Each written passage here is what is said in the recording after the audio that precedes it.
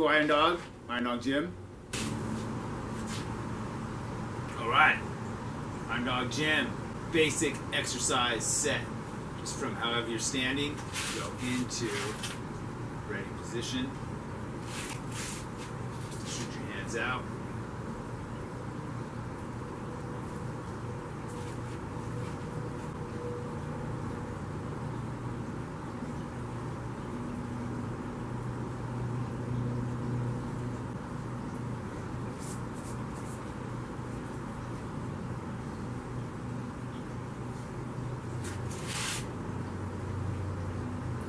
Basic, ready to go, first form.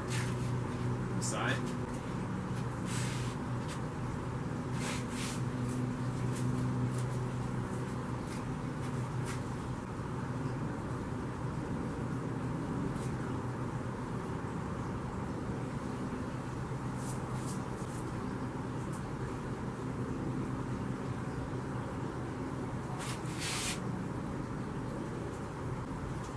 So repeat that 5 times.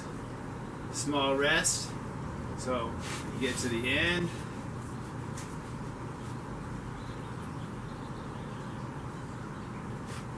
Over.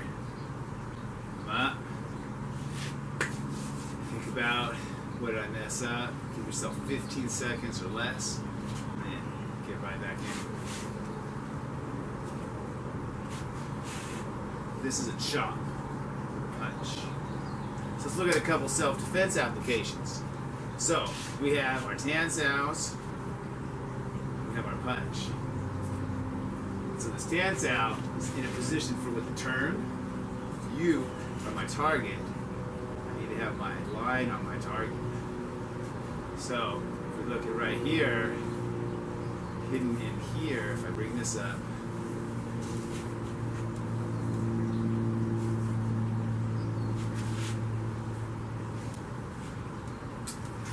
put this position where it should be by punching.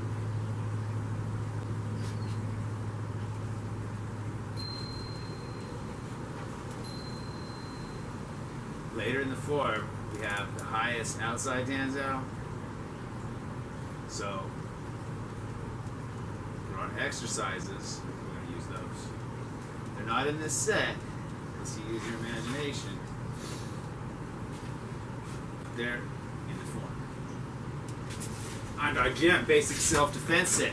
So this comes from Bostepe. Our Sifu has a Bostepe self-defense program or street defense.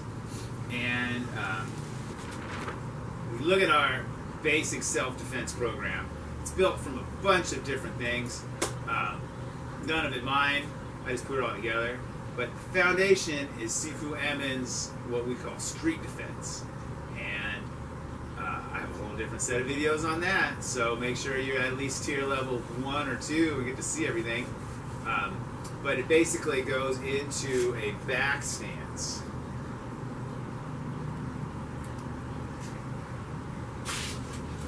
And then as the student gets better and better at it, less back.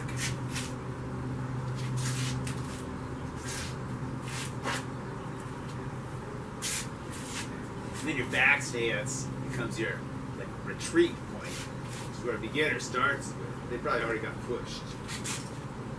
Back stance. And then, as they start to learn to attack, you come out, maybe they have to protect this area. So this knee has to come into play, which has to draw you back. And then if they really need it, they have to be all the way back. Use it as a little kick. So, if we look at our basic little idea exercise, we've got this crossed position. And one of the essentials is that your hand is in front of your shoulder and that your center is here. A few fingers below the flexible wrist. It's our center line wrist. And that's important because when we learn to do our maneuvers that are paired in our forms so that they have a pattern to follow on their own.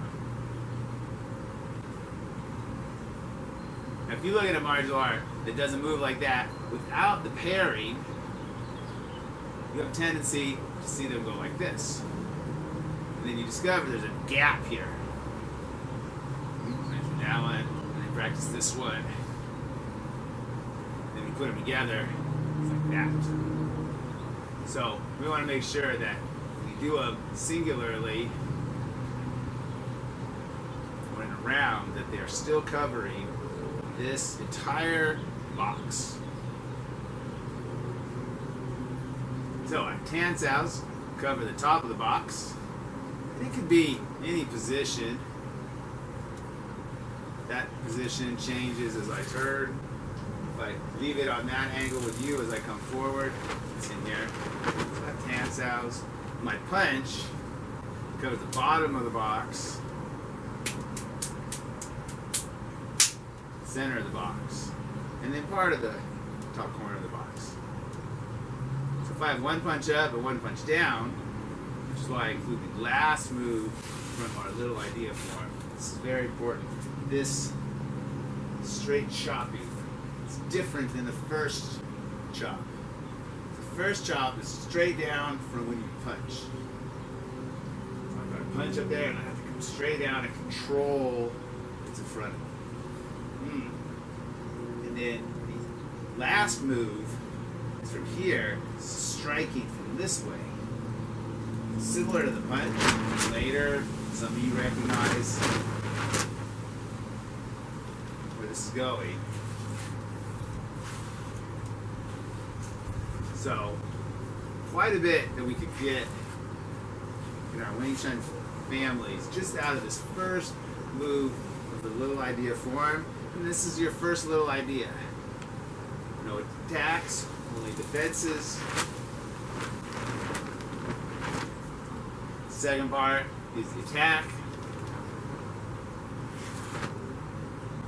So our self-defense pairs are made out of the positions that are in here.